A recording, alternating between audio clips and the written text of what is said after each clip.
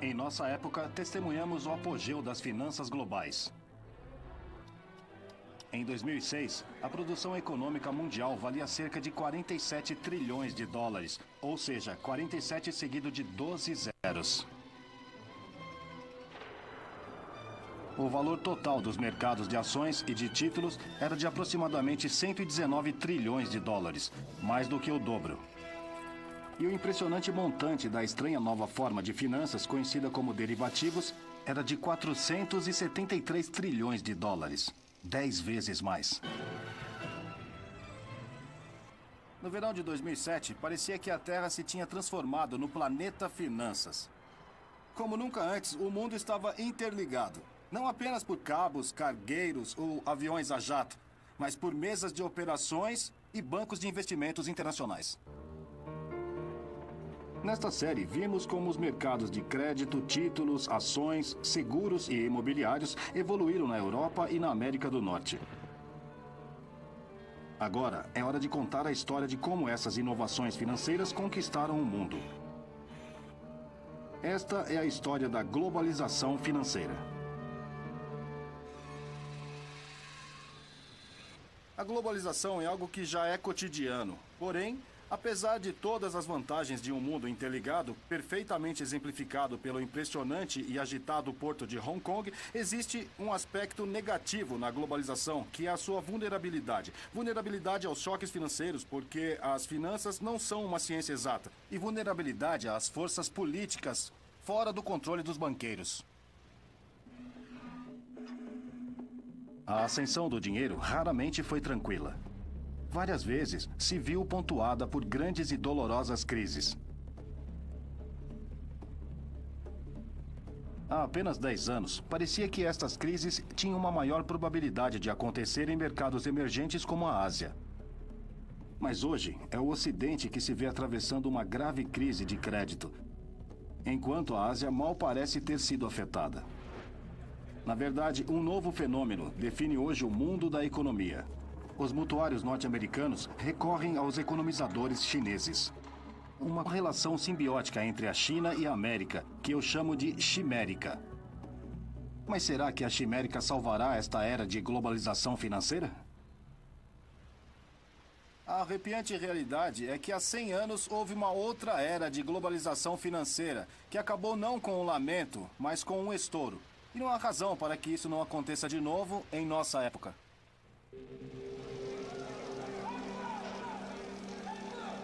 A ascensão do dinheiro. Chimérica.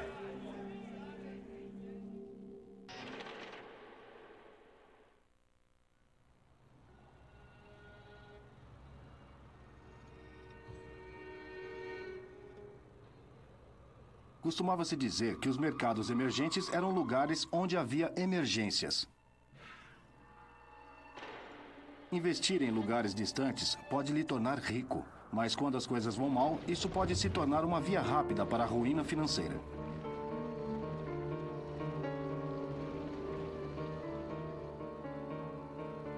É por isso que muitos dos mercados emergentes de hoje, aparentemente imparáveis, são na verdade mercados reemergentes.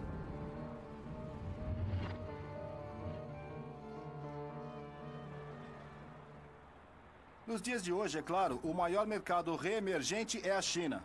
Há quem diga que não existe limite à quantidade de dinheiro que se pode fazer aqui. É certamente verdade que nos últimos 20 anos, o continente seguiu o exemplo dado por Hong Kong e explodiu. Mas esta não é a primeira vez que os investidores estrangeiros se viram para a China para fazer muito dinheiro no país mais populoso do mundo. E da última vez, esses investidores estrangeiros perderam quase tanto dinheiro quanto há pessoas aqui neste país. O maior problema com o investimento em outro país, desde aquela época, é o fato de ser difícil para um investidor em Londres ou em Nova York ver o que um governo estrangeiro ou empresa planeja quando estão a um oceano ou mais de distância. Se o mutuário estrangeiro decide não pagar suas dívidas, o que um investidor pode fazer? A resposta antes de 1914 era brutalmente simples, mas eficaz.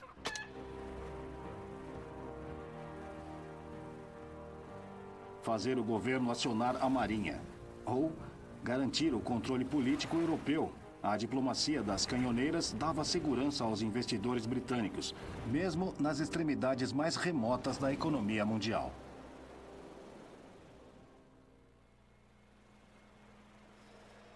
A Marinha Real forneceu o poder de fogo que deu origem à primeira era da globalização e aos seus pioneiros, como William Jardine e James Matheson. Jardine e Matheson eram corsários escoceses que fundaram uma companhia comercial no porto chinês do Cantão em 1832. Falando sem rodeios, sua linha de negócio mais rentável era a venda de drogas. Transportavam ópio produzido na Índia sob controle do governo britânico para a população de viciados da China, um comércio que o imperador chinês havia proibido. Em 10 de março de 1839, um oficial imperial chamado Lin Zizhu chegou no Cantão com ordens do imperador para acabar com o negócio. Ele bloqueou os armazéns de ópio britânico, impedindo futuras importações. 20.000 arcas de ópio avaliadas em 2 milhões de libras foram confiscadas e literalmente atiradas ao mar. Encarando perdas catastróficas, Jardine voltou para Londres para pressionar o governo britânico a enviar navios de guerra. Jardine teve seu pedido atendido. Em 23 de agosto de 1840, navios de guerra britânicos chegaram aqui na ilha de Hong Kong. O Império Qing estava prestes a sentir todo o poder do narco-estado mais bem-sucedido da história.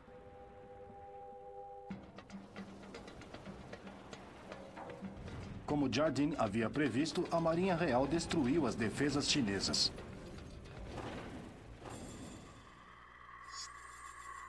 Com o sudoeste chinês sob controle britânico, o comércio de ópio era feito livremente. O vício na droga se espalhou. Grandes regiões do país partiram para a rebelião e anarquia. Mas para Jardine e Matheson, com a sua sede então estabelecida em Hong Kong, os dias de glória da globalização vitoriana haviam chegado.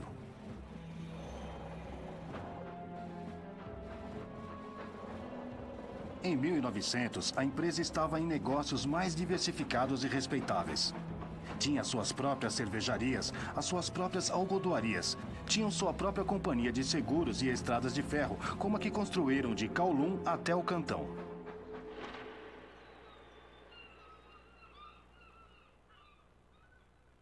Em 1913, um investidor em Londres tinha um leque extraordinário de oportunidades no estrangeiro, e nada ilustra isso melhor do que os livros contábeis da M.N. Rothschild Son.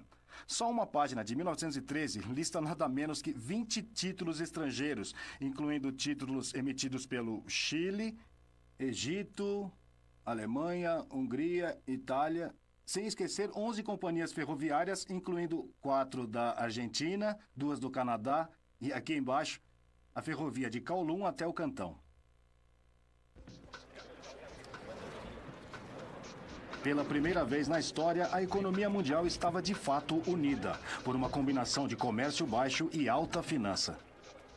Mas esta primeira era da globalização financeira. Sofreria uma violenta interrupção devido ao primeiro verdadeiro conflito global da história.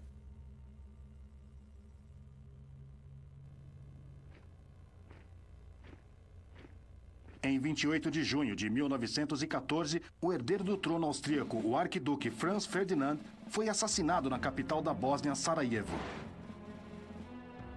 Inicialmente, os mercados financeiros reagiram com indiferença. Era só mais um episódio sangrento nos Balcãs. Na realidade, o assassinato havia provocado uma reação em cadeia nos mercados financeiros mundiais. Enquanto os investidores percebiam tardiamente a possibilidade de uma guerra europeia em grande escala, a liquidez, a capacidade de emprestar dinheiro ou de vender ativos, foi sugada do mundo econômico, como se tivessem tirado a tampa do ralo da banheira. A consequente ruptura nas finanças internacionais acabou com a globalização. É absolutamente fascinante seguir a deflagração da primeira grande guerra nas páginas financeiras do London Times. Só em 22 de julho de 1914 é que as pessoas perceberam que o assassinato do arquiduque Franz Ferdinand em Sarajevo, 3 semanas antes, pudesse ter repercussões financeiras.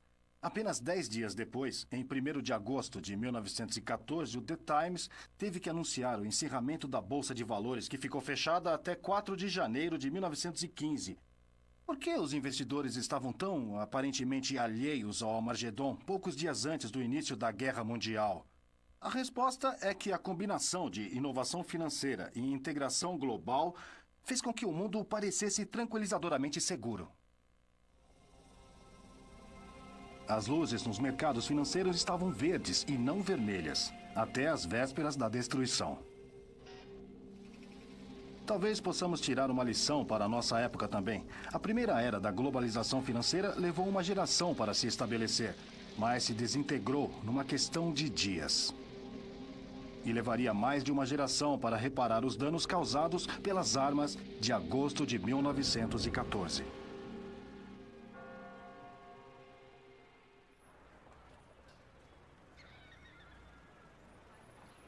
A Primeira Guerra Mundial colocou um fim na primeira era da globalização. Até final da década de 1960, as finanças internacionais hibernaram. Alguns a consideravam morta. Em 1944, os quase vitoriosos aliados se reuniram para planejar uma nova arquitetura financeira para o mundo.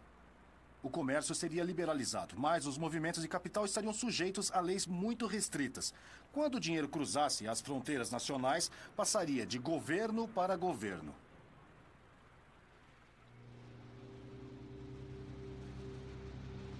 Esta nova ordem financeira teria 2 irmãs guardiãs, estabelecidas aqui, em Washington.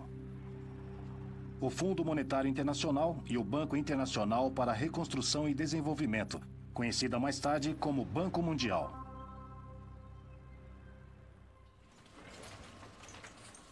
Mas na época de 1970, vastas somas de dinheiro estavam sendo acumuladas pelos exportadores de petróleo do Oriente Médio. Com os banqueiros ocidentais desesperados para reinvestir o dinheiro em empréstimos, as irmãs guardiãs baixaram a guarda. A globalização financeira renascia. A região que os bancos escolheram para emprestar os petrodólares parecia prometer os melhores retornos. Mas não era a primeira vez na história financeira que também apresentava os maiores riscos. Em 7 anos, a América Latina quadriplicou seus empréstimos estrangeiros para mais de 315 bilhões de dólares. Então, em 1982, o México declarou que não conseguiria mais continuar pagando sua dívida. Logo, todo o continente se encontrava à beira da falência. Mas há muito tempo, os investidores já não podiam esperar que seus governos enviassem uma canhoneira para recuperar o dinheiro quando os mutuários estrangeiros se comportavam mal. Agora, a responsabilidade desse tipo de crises recaía sobre o FMI e o Banco Mundial. Não tinham canhoneiras, mas em troca de novos empréstimos, podiam insistir que os governos da América Latina adotassem dolorosos programas de ajustes estruturais, impondo disciplina fiscal. Para os economistas americanos, estes programas faziam todo o sentido. Mas nem todos estavam de acordo. Para o crescente coro de críticas contra as finanças globais, as 2 irmãs guardiãs da ordem do pós-guerra estavam sendo transformadas em mercenários econômicos. Apontavam uma arma financeira para a cabeça dos governos do terceiro mundo, apoiando ditadores e favorecendo os interesses do imperialismo yanqui.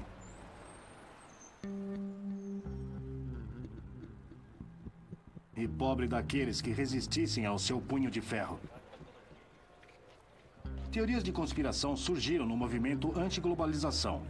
De acordo com uma dessas teorias, 2 líderes latino-americanos, Jaime Rodos, do Equador, e Omar Torrijos, do Panamá, foram assassinados por resistirem às exigências do imperialismo americano. Mas há uma coisa na história do complô entre o Banco Mundial e o FMI contra os líderes do terceiro mundo que não faz muito sentido. Afinal, os Estados Unidos não emprestaram tanto dinheiro assim ao Equador ou ao Panamá. Nos anos 70, totalizaram apenas 0,4% das concessões e empréstimos dos Estados Unidos. E não eram grandes clientes dos Estados Unidos. E, veja bem, menos de 0,4% do total de exportações norte-americanas. Eles não me parecem números pelos quais vale a pena matar. Para dizer o mínimo, a ideia de assassinatos patrocinados pelo FMI é exagerada. Contudo, esta nova fase na história da globalização viu o surgimento de um novo e mais plausível tipo de mercenário econômico. Armado com uma arma financeiramente letal, o fundo de cobertura. Os homens que geriam os fundos de cobertura intimidavam muito mais. Precisamente por não terem que recorrer à violência para conseguir o que queriam. A sua distinta contribuição para a globalização a fez acelerar. Enquanto o Banco Mundial empresta dinheiro a países por um período de anos, os fundos de cobertura tendem a investir o seu dinheiro durante poucas semanas, ou mesmo dias. O grão-mestre do novo mercenário econômico foi George Soros. Judeu húngaro de nascimento, mas educado em Londres e morando em Nova York, Soros trouxe para as finanças globais uma nova teoria de comportamento econômico, que destacava a falibilidade da natureza humana e a instabilidade dos mercados financeiros.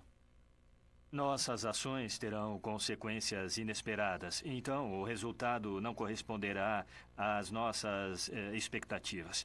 É assim que os negócios humanos funcionam em geral. De acordo com a teoria da reflexibilidade de Soros, os mercados financeiros não podem ser perfeitamente eficientes, muito menos racionais, pela simples razão de que os preços não são um mero reflexo da ignorância e tendências, muitas vezes totalmente irracionais, de milhões de investidores. Aos olhos de Soros, os mercados são condenados ao passar por ciclos de altos e baixos, como o temperamento humano está sujeito a surtos de euforia e desânimo.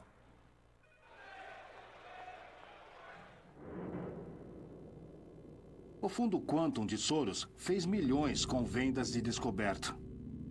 Um tipo de transação que adquire ações ou moeda e as vende na perspectiva futura de que elas perderão o valor. Suas maiores jogadas resultaram de previsões certas sobre perdedores e não vencedores. E a maior delas figura entre as apostas mais especulativas de toda a história financeira. Em 16 de setembro de 1992, com a libra esterlina em sérias dificuldades, eu assisti Soros apostando contra o Banco da Inglaterra. Fiquei convencido de que especuladores como Soros venceriam com certeza em caso de confronto direto com o governo britânico. Era uma questão de simples aritmética. $1 trilhão em dinheiro, negociados diariamente em mercados cambiais estrangeiros, contra as magras reservas de moeda do Tesouro Britânico. Na época, a libra esterlina estava muito ligada ao marco alemão através do MTC, o mecanismo de taxas de câmbio europeu. Quando as taxas de juros alemãs subiram devido à reunificação extremamente dispendiosa do país, as taxas de juros britânicas aumentaram também, prejudicando as pessoas e empresas. Soros calculou que o chanceler britânico Norman Lamont seria obrigado a sair do MTC e a desvalorizar a libra. Foi a maior aposta da vida de Soros. Tinha tanta certeza de que a libra ia desvalorizar que apostou $10 bilhões, mais do que todo o capital do seu fundo. A relação risco-recompensa era desproporcional e, portanto, parecia ser uma boa especulação ou investimento, se quiser, a desvalorização da libra.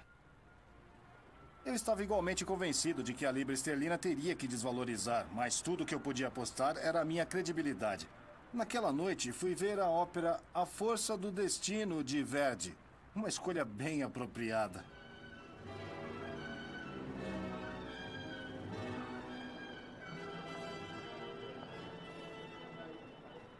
No intervalo, anunciaram que o chanceler Norman Lamont tinha aparecido ali, no átrio do prédio do Tesouro, para dizer que a Inglaterra iria se retirar do MTC, como nós torcíamos. O dia de hoje foi extremamente difícil e conturbado. Há enormes fluxos especulativos que perturbam o funcionamento do mecanismo de taxas de câmbio. Soros fez $1 bilhão naquele dia. E aquilo foi só 40% dos lucros anuais do seu fundo. Sente ou sentiu uma sensação de triunfo quando a sua profecia se concretizou e a aposta deu tanto retorno? É claro. Foi quando nós apostamos e ganhamos. Naturalmente, você tem a satisfação, mas também o lucro.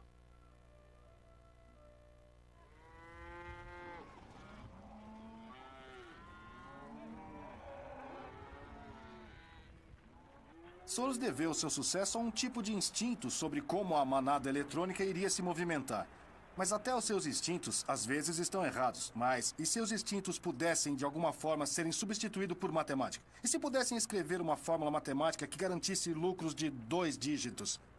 Bem, do outro lado da galáxia financeira, essa fórmula acabara de ser encontrada.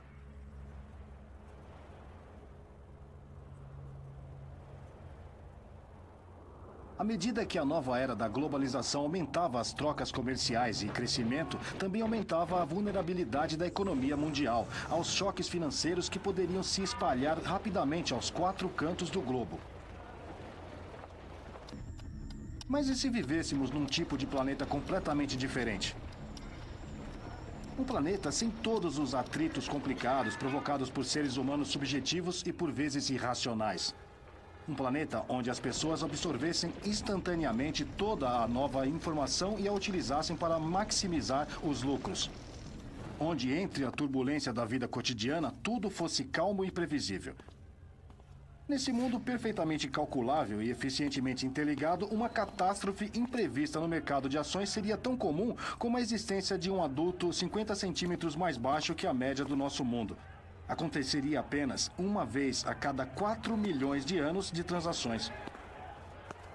Este foi o planeta imaginado por alguns dos economistas financeiros mais brilhantes dos tempos modernos. E assim é como o planeta dele seria.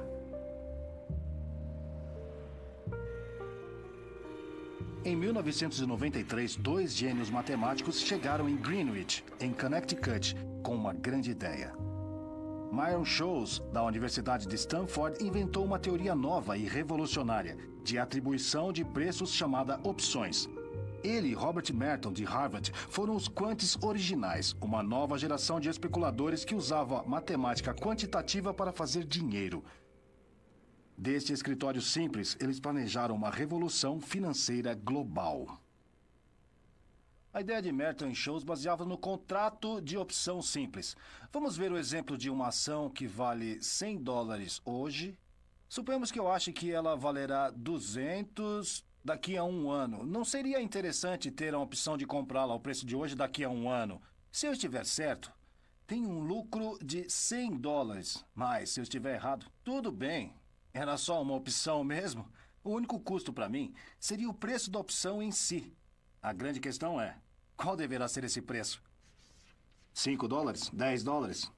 A resposta seria dada por uma fórmula mágica. Os quants se referem a esta fórmula como caixa preta. Bom, vamos olhar dentro da caixa. O desafio que Merton e Scholes enfrentaram era como colocar preço em uma opção para comprar uma determinada ação, numa determinada data futura, levando em conta o movimento imprevisível do preço dela no período intermediário. Quem conseguisse determinar com precisão o preço da opção, em vez de simplesmente tentar adivinhar, mereceria efetivamente o título de gênio.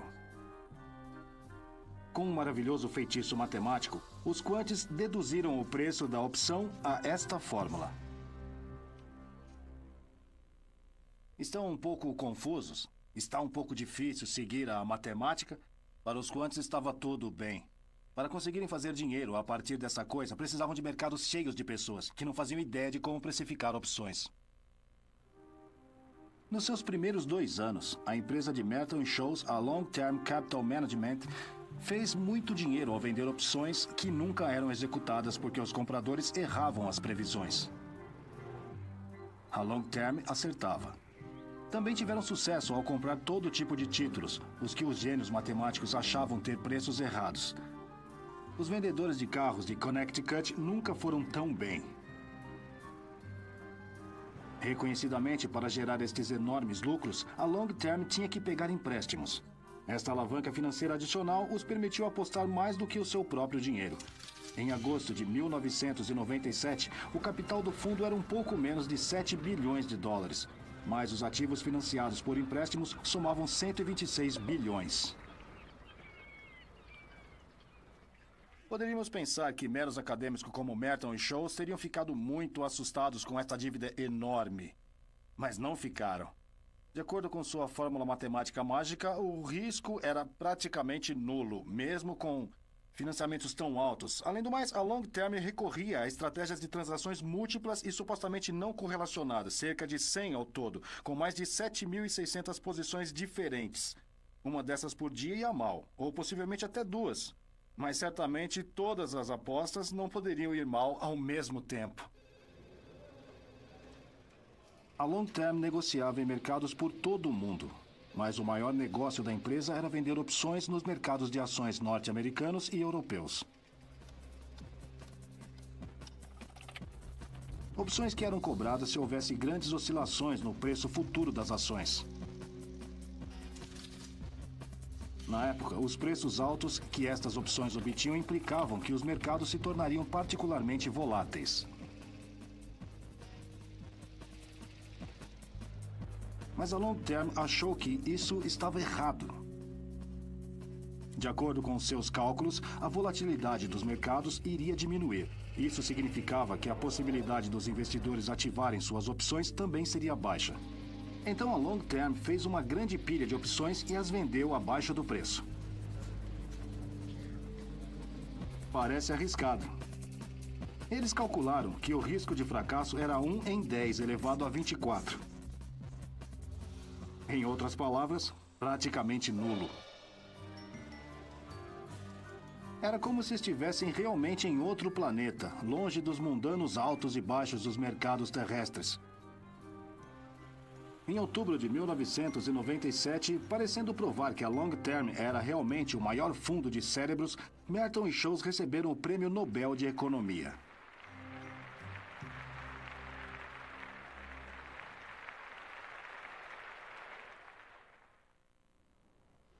Parecia que o intelecto havia triunfado sobre a intuição, como se a ciência tivesse superado o risco. Equipados com a sua caixa preta mágica, os sócios da LTCM pareciam estar prontos para fazer dinheiro muito além dos sonhos mais ousados, até mesmo de George Soros. Então, no verão de 1998, quando todos os gestores de fundos de cobertura relaxavam em seus iates, aconteceu algo que ameaçou arrebentar a tampa da caixa preta dos vencedores do Prêmio Nobel. A realidade começou a se comportar mal.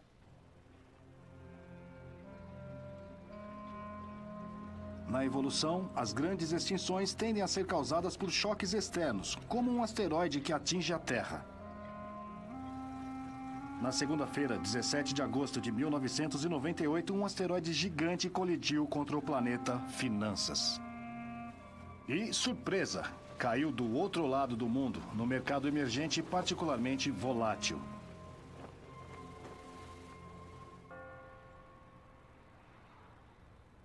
Enfraquecido pela agitação política com o declínio das receitas do petróleo e privatização mal gerida, o frágil sistema financeiro russo entrou em colapso. Um desesperado governo russo foi levado a não pagar suas dívidas, alimentando as labaredas da volatilidade em todo o sistema financeiro mundial. Os mercados de ações caíram. Lembram-se de todas aquelas opções de baixo custo que a Long Term havia vendido, baseada na previsão de uma baixa volatilidade no mercado de ações? Aquelas que eles pensavam que ninguém iria executar? Foram executadas. Os quantes previram que a Long Term dificilmente perderia mais de 35 milhões de dólares num só dia.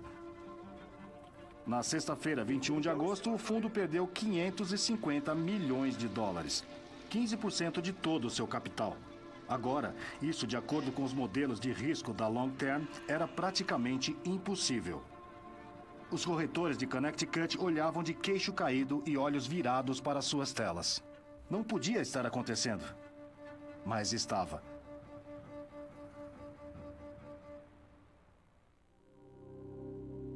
No final do mês, a Long Term tinha desvalorizado 45%. A única chance de sobrevivência era encontrar um nobre investidor que o salvasse. E o investidor mais poderoso da cidade era ninguém menos que George Soros. Era a maior humilhação. Os quantes do planeta Finanças implorando ajuda ao profeta da reflexibilidade irracional e inquantificável. Deve ter sido uma reunião muito tensa. Se lembra da atmosfera na sala? Eu lembro que ele veio para o café da manhã, não estava de todo tenso, porque... claro, ele estava tenso, mas eu não, porque eu não ia investir o dinheiro. Não haveria nenhum investidor salvador para a Long Term. Eu achei que era muito perigoso e que eu não tinha capital suficiente. E, de fato, era necessária a ação coordenada de todos os bancos para salvar a LTCM.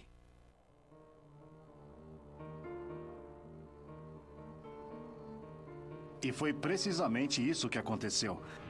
Temendo que o fracasso da Long Term pudesse desencadear um colapso financeiro generalizado, o Federal Reserve de Nova York negociou rapidamente um resgate de vários bilhões de dólares, com dinheiro de 14 bancos de Wall Street. Mas o que tinha acontecido? Por que Soros tão certo e os gênios da Long Term tão errados? Em primeiro lugar, o planeta Finanças não era assim tão lógico. Ainda era o bom e velho planeta Terra, habitado por seres humanos emocionais com uma mentalidade de manada. Houve, porém, uma outra razão para o fracasso da Long Term. Seus modelos de risco trabalhavam com dados correspondentes a apenas 5 anos. Se tivesse recuado pelo menos 11 anos, teria visto o colapso do mercado de ações em 1987. E se tivessem recuado 80 anos, teriam visto a última grande inadimplência russa após a Revolução de 1917. Sendo honesto, os vencedores do Prêmio Nobel sabiam muito de matemática, mas não o suficiente de história. Eles entendiam perfeitamente a bela teoria do planeta Finanças, mas não a realidade caótica do planeta Terra. E simplesmente por isso, a gestão de capital a longo prazo se transformou na má gestão de capital a curto prazo. A grande questão está em saber se uma crise dessas poderia surgir hoje, 10 anos depois, mas dessa vez envolveria tantos fundos de cobertura e seria em escala tão grande que simplesmente não poderia ser resgatada. A resposta para essa pergunta não está em outro planeta, mas do outro lado deste aqui.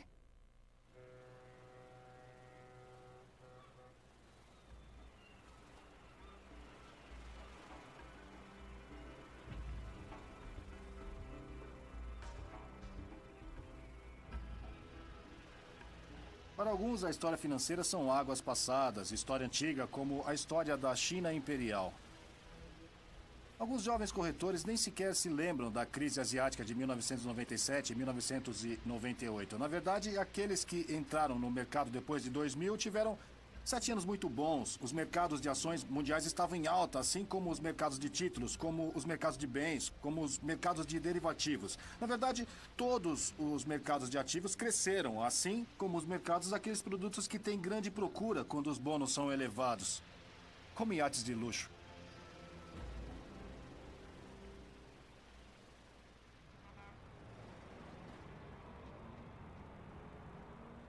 Mas estes anos de crescimento também foram anos de mistério, já que os mercados cresceram em época de subida de taxas de juros a curto prazo, desequilíbrios comerciais claros e o aumento do risco político. A chave para este aparente paradoxo está aqui, na China.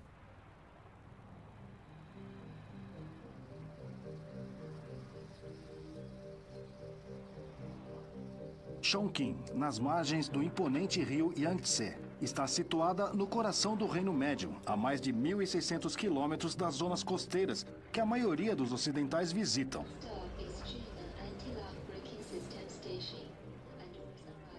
Esta é a cidade com a maior taxa de crescimento do planeta.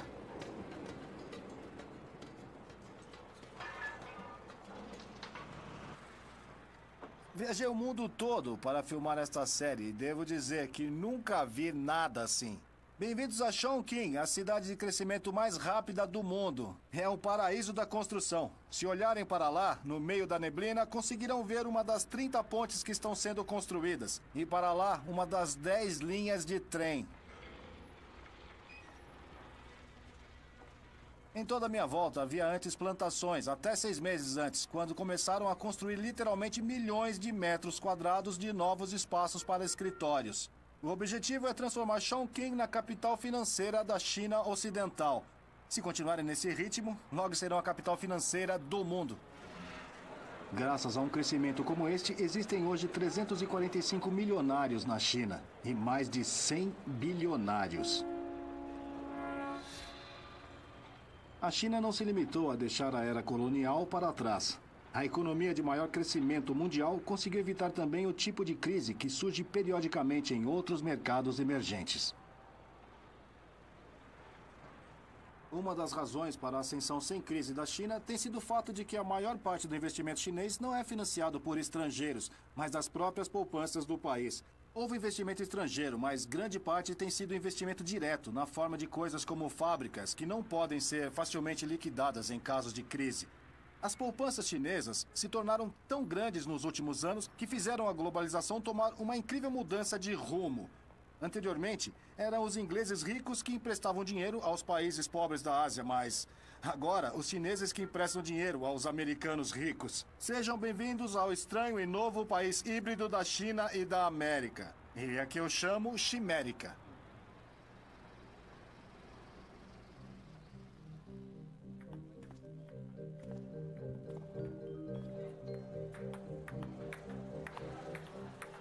Este lugar extraordinário é a Bolsa de Valores do Sudoeste. O lugar onde centenas de habitantes de Chongqing vêm para almoçar, jogar ping-pong e investir, ou será apostar suas poupanças no mercado de ações. É isto que define a economia chinesa de hoje.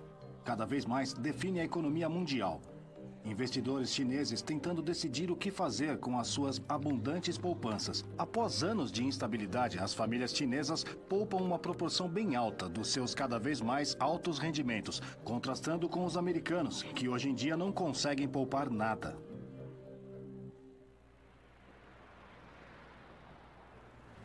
As poupanças chinesas são tão elevadas que, pela primeira vez em séculos, a direção do fluxo de capital já não é do Ocidente para o Oriente, mas do Oriente para o Ocidente. E é um fluxo grande.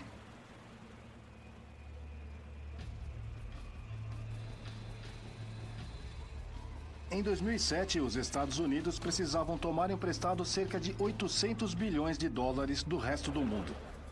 São mais de 4 bilhões de dólares por cada dia útil. A China, por outro lado, tinha um excedente de conta corrente equivalente a mais de 1/4 do déficit dos Estados Unidos. E uma proporção incrivelmente elevada desse excedente acabou sendo emprestada aos Estados Unidos. Na realidade, a República Popular da China tinha se tornado o banqueiro dos Estados Unidos da América.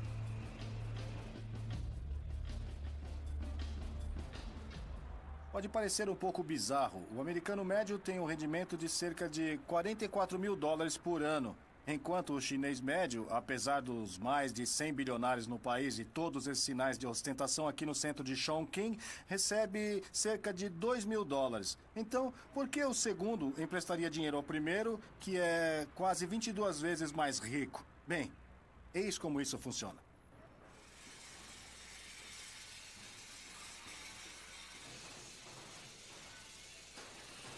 Até recentemente, do ponto de vista da China, a melhor forma de empregar a sua vasta população era através da exportação de produtos manufaturados para o insaciável consumidor norte-americano.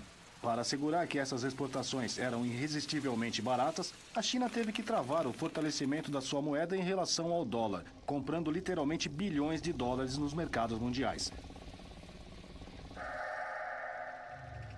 E até recentemente, isto parecia beneficiar os Estados Unidos também. Aqui na América, a melhor forma de manter os bons tempos dos últimos anos tem sido através da importação de bens chineses baratos em grandes quantidades e vendê-los em hipermercados como este. Para empresas como Walmart, o outsourcing para a China tem sido uma forma de colher grandes lucros graças à mão de obra barata. Só em 2006, o Walmart comprou nada menos que 9 bilhões de dólares em bens da China. Mas, ao mesmo tempo, ao vender bilhões de dólares em títulos ao Banco Popular da China, os Estados Unidos têm pago taxas de juros muito menores do que pagariam em situação normal. É o que chamam na escola da economia de situação em que todos ganham. Este é o maravilhoso mundo do país dual, da Chimérica, responsável por 33% da produção econômica mundial e mais de metade de todo o crescimento global dos últimos 8 anos.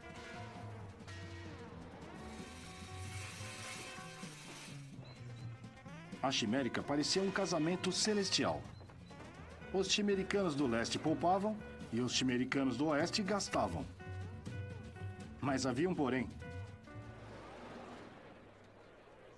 Quanto mais a China estava disposta a emprestar aos Estados Unidos, mais os americanos estavam dispostos a tomar. Chimérica, em outras palavras, foi a causa da inundação de novos empréstimos bancários, emissão de títulos e contratos de derivativos que invadiram o planeta finanças depois do ano 2000. Por sua vez, foi por esse motivo que o mercado hipotecário americano tinha tanto dinheiro em 2006, a ponto dos créditos subprime serem concedidos a pessoas sem rendimentos. Compramos casas, sem emprego e sem ativos. À venda. Ninjas. Disponível. Preço reduzido. Adiantamento de salário. Não é como se a crise nos créditos subprime de 2007 tivesse sido difícil de prever. Meses antes de estourar, estive no Tennessee e no Michigan para ver pessoalmente o número de famílias pobres que deixavam de pagar suas hipotecas e ficavam sem casa. Muito mais difícil de prever foi como um pequeno tremor no mercado imobiliário doméstico norte-americano iria causar um terremoto financeiro em todo o mundo. Poucas pessoas previram que a inadimplência nas hipotecas subprime enviaria uma onda de choque por todo o mundo que causaria a primeira corrida bancária a um banco britânico desde 1866, tendo que ser nacionalizado, ou que um dos maiores nomes do investimento norte-americano, Lehman Brothers, iria falir. Poucas pessoas viram que, à medida que outros bancos começavam a registrar centenas de bilhões em perdas, os empréstimos interbancários iriam simplesmente parar, levando o Tesouro dos Estados Unidos a propor uma injeção de 700 bilhões de dólares em todo o sistema financeiro.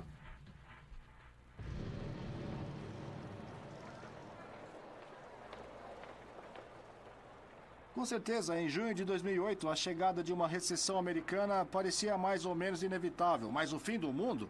Ao olhar para as ruas de Hong Kong, não vejo grandes sinais de recessão aqui. Será que a metade chinesa da Chimérica se desligou totalmente da metade americana? A ideia de que a China conseguirá de alguma forma sair ilesa da crise americana é certamente sedutora.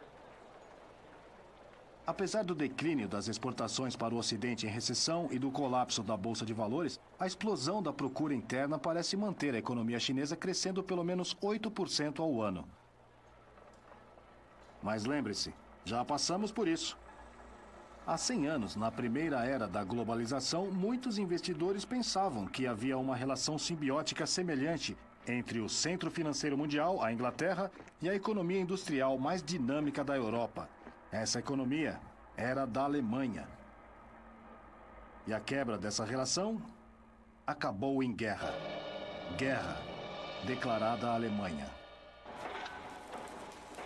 Como antes de 1914, existia uma linha tênue que separava a simbiose da rivalidade e do conflito. De acordo com uma estimativa, o produto interno bruto da China poderá ultrapassar os dos Estados Unidos em 2027. Nessa altura, argumentam alguns críticos do comércio livre, poderá não ter restado nada da indústria norte-americana.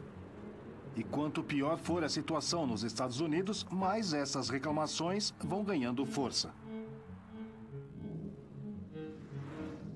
No dia de hoje, em que a Bolsa de Valores de Hong Kong caiu fortemente, é tentador perguntar se haverá algo que possa desencadear uma queda comparável na globalização, como a que ocorreu em 1914.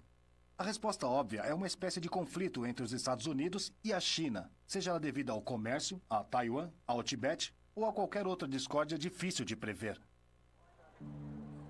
O que começa como uma competição por medalhas olímpicas pode acabar numa batalha por dólares se um dia os chineses decidirem cancelar sua linha de crédito ao Império Americano. Talvez, como o seu nome sugere, a Chimérica não passe de uma quimera, o monstro mitológico das lendas antigas, que era metade leão, parte bode e parte dragão.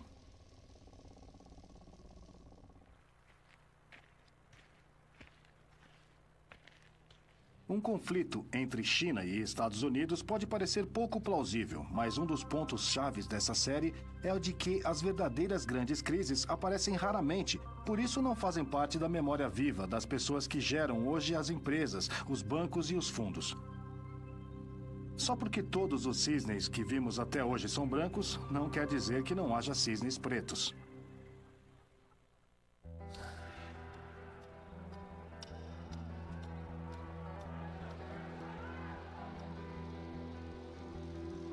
O mundo financeiro atual é resultado de 4 milênios de evolução econômica.